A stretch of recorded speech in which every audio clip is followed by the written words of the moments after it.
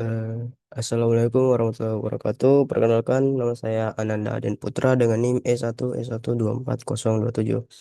Nah, pada video kali ini saya akan melanjutkan materi eh, mengenai framework view. Nah, di sini kita masuk ke properti komputasi view atau compute view. Nah, properti yang dikomputasi seperti properti data, kecuali mereka bergantung pada properti lain. Properti komputasi ditulis seperti metode, tetapi tidak menerima argumen input apapun. Properti komputasi diperbarui secara otomatis saat dependensi berubah, sedangkan metode dipanggil saat sesuatu terjadi, seperti dengan penanganan peristiwa, misalnya. Dan properti komputasi digunakan saat mengeluarkan sesuatu yang bergantung pada sesuatu yang lain. Dan jadi dia di properti komputasi dia itu bergantung pada yang lain. Nah, properti komputasi itu bersifat dinamis. Keuntungan besar dengan properti komputasi adalah dinamis, artinya sebuah eh, artinya berubah tergantung pada misalnya nilai satu atau lebih properti data. Properti yang dihitung adalah opsi konfigurasi ketiga dalam instance view yang akan kita pelajari. Dua opsi konfigurasi pertama yang telah kita lihat adalah data dan metode. Nah, seperti ini kita sudah pelajari sebelumnya tentang data dan metode. Sekarang kita akan belajar tentang compute. Eh, Seperti halnya data dan metode, properti komputasi juga memiliki nama yang dicadangkan dalam instance view. Nah, ini ada di dalam instance view dia compute. Sintaksnya seperti ini. Nah, selanjutnya properti yang dihitung ya atau tidak. Katakanlah kita menginginkan sebuah formulir untuk membuat item dalam daftar belanja dan kita ingin mendai apakah item baru penting atau tidak. Kita dapat menambahkan umpan balik benar atau salah saat kotak centang dicentang seperti yang telah kita lakukan dalam contoh-contoh sebelumnya. Nah, kita akan coba untuk melakukan eh, contoh ini.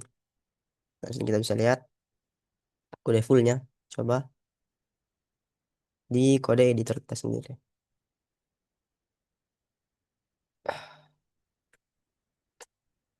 Nah, sini mungkin kita tidak usah pakai stylenya. Kita langsung ke eh, inputnya. Oke, di body kita buat div.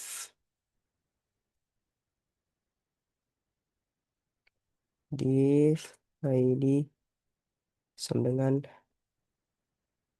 app. Oke. Dan di sini kita ganti dia kita buat form.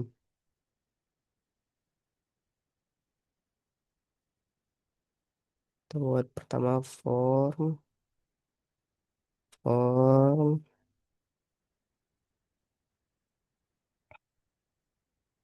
Eh, buat nih. Nah, kita buat lagi paragraf import. Isinya importan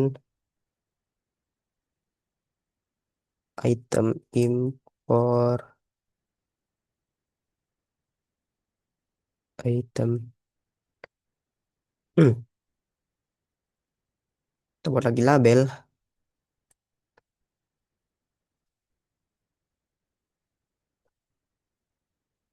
yang dimana dia input type checkbox aja aja. Dengan modelnya itu, nah kita kasih sama saja variabelnya itu checks icbx file. Oke. Lalu di sini kita panggil kurung checkbox file. Nah, ini kita buat script HTML-nya. Script view-nya. Script kita salin saja untuk linknya.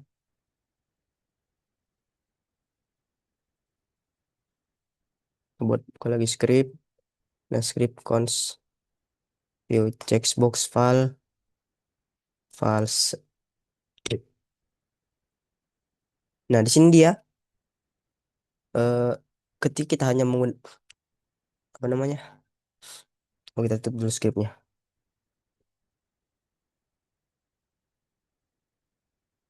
Di sini kita cuma menggunakan properti data. Nah, kalau kita lihat,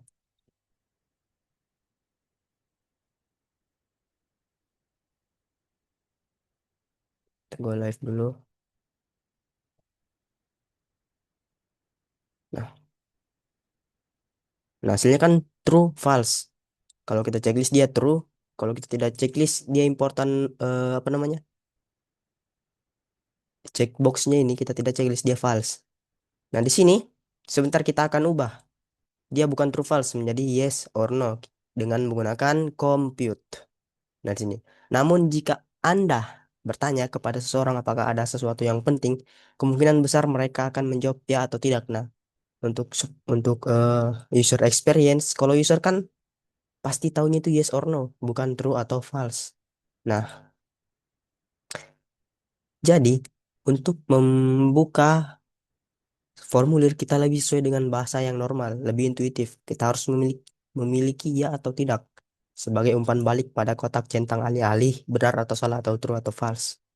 Dan coba tebak, properti komputasi adalah alat yang sempurna untuk membantu kita dalam hal itu. Nah, sini contohnya. Dan sini kita ganti. Pertama kita ganti di sini ya, bukan checkbox file isinya, salah. Yang di sini, yang akan ditampilkan itu bukan hasil dari checkbox file ini. Yang kita akan tampilkan itu is important, yang berisi nanti yes or no-nya.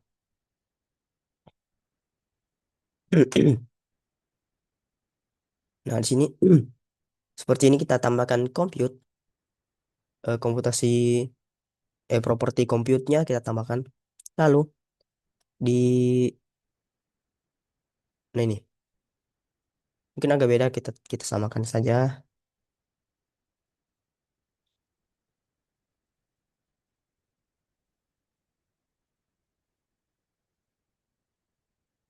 If this, kata ikuti variabelnya itu cbx file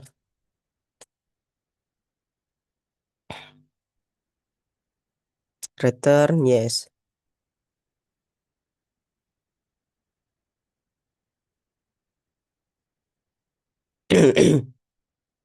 Artinya apa?